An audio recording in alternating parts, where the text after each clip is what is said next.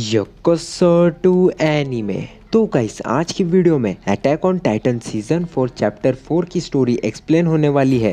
And basically ये attack on Titan मांगा volume 23 chapter 94 होगा। तो अगर तुम्हें अटैक ऑन टाइटन का फाइनल सीजन स्पॉइल नहीं करना है तो इस वीडियो को आगे बिल्कुल कंटिन्यू मत करना।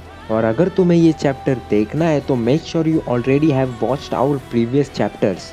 तो अब एक बहुत बड़ी स्पॉइलर वार्निंग के साथ बिना किसी देरी के let's see the video.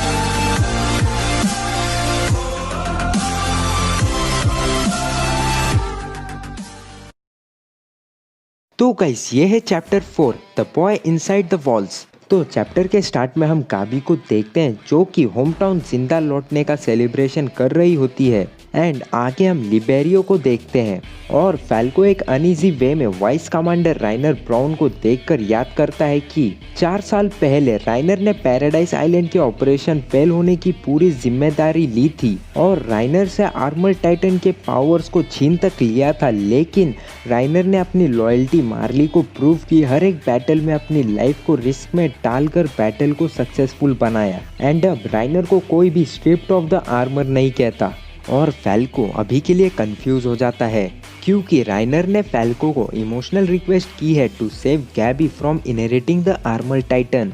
And Falco सोचता है कि क्या वो वाइस कमांडर राइनर ब्राउन पे ट्रस्ट कर सकता है या नहीं। एंड तभी गाबी आकर फैल्को को टॉन्ट करती है और फैल्को के इस सस्पिशियस बिहेवियर को भी नोटिस करती है। एंड बाकी सब इनको देखकर हंसने लगते हैं और आगे सभी वॉरियर सिटी के मेन स्ट्रीट से मार्च करते हुए इंटरमेंट जोन की तरफ बढ़ते हैं जहां पर वॉरियर्स अपनी फैमिली से मिलते हैं। और हम जीक को देखते हैं जो कि अपने ग्रैंड पेरेंट्स से वापस मिलता है। एंड जीक के ग्रैंड पेरेंट्स जीक से प्राउड थे ड्यू टू हिज अकॉम्प्लिशमेंट्स और जीक कहता है कि मैंने अभी तक अपनी ड्यूटीज पूरी नहीं की हैं। आगे राइनर एंड गाबी अपनी फैमिली से मिलते हैं एंड यहाँ हमें पता चलता है कि गाबी राइनर की कजिन सिस्टर है और गाबी के फोर्थ लॉ पे किए गए हीरोइक अकॉम्प्लिशमेंट की वजह से गाबी की तारीफ की जाती है।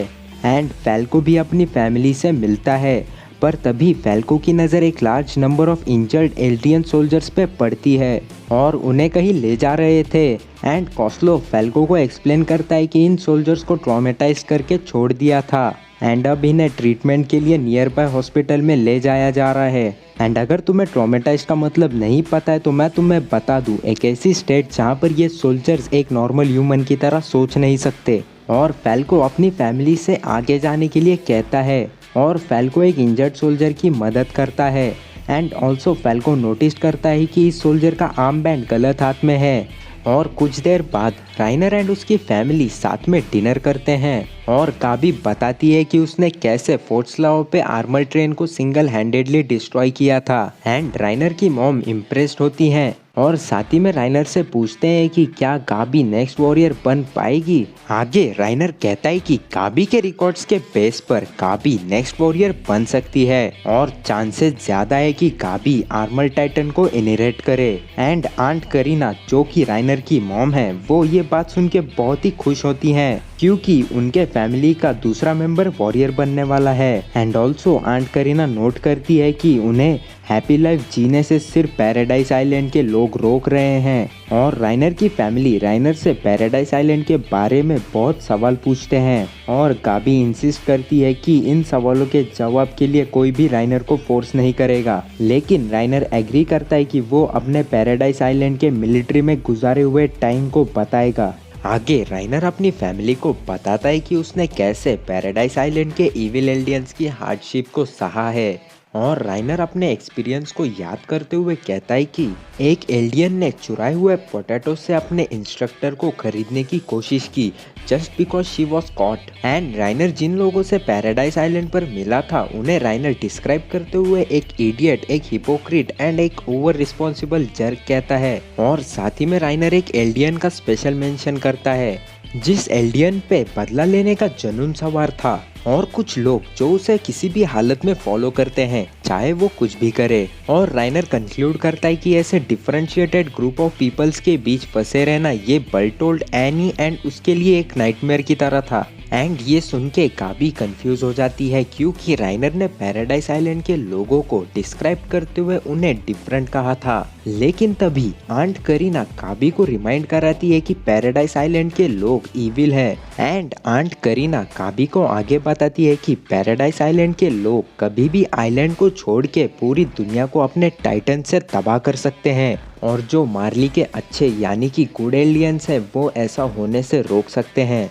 और कुछ देर बाद राइनर अपने पुराने कमरे में जाकर आराम करता है एंड साथ ही में अपने चाइल्डहुड की मेमोरीज को याद करता है। और राइनर ने अपने फादर को कभी देखा नहीं था एंड राइनर के फादर एक मार्लियन थे और यहाँ मार्ली में मार्लियंस एंड एल्डियंस को एक दूसरे से मिलने से सख्त मनाही थी और इसी की वजह से राइनर ने वॉरियर प्रोग्राम को ज्वाइन किया क्योंकि राइनर को वन ऑफ द 9 टाइटन्स बनने की होप थी, जिससे राइनर एंड उसकी मॉम ऑनरेरी मार्लियंस बने एंड फिर से अपने फादर के साथ रियूनाइट हो सके।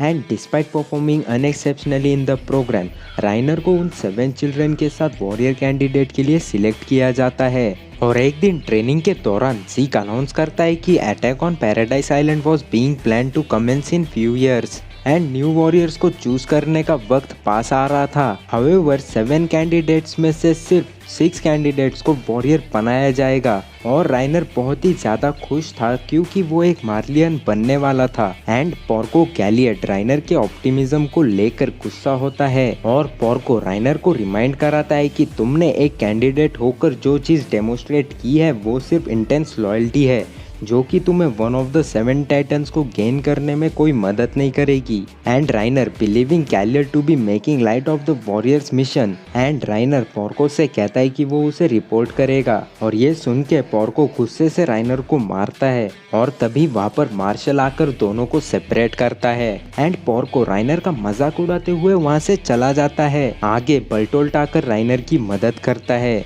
और बर्टोल्ट राइनर को कहता है कि तुम्हें तुम्हारी लॉयल्टी की बेस पर सिलेक्ट किया जा सकता है और वहां से जाने से पहले बर्टोल्ट राइनर से पूछता है कि क्या मार्लियन बनना तुम्हारे लिए ठीक है क्योंकि तुम सिर्फ 13 ईयर्स ही जिंदा रह पाओगे, जिसके जवाब में राइनर कहता है कि वो इन 13 ईयर्स में हीरो बन जाएगा for defeating all devil aliens of paradise island. And राइनर अपने पेरेंट्स को सबसे ज्यादा प्राउड फील कराना चाहता है और आगे किसी जगह पैराडाइज आइलैंड पर हमें यंग एरेन को दिखाया जाता है और एरेन आसमान की तरफ देखकर कहता है कि कुछ इंटरेस्टिंग होने वाला है और वहाँ पर आर्मिन एरेन की तरफ अप्रोच करता है और आर्मिन के हाथ में एक बुक होती है। एंड इसी के साथ attack on Titan season 4 chapter 4 यहीं पर खत्म होता है।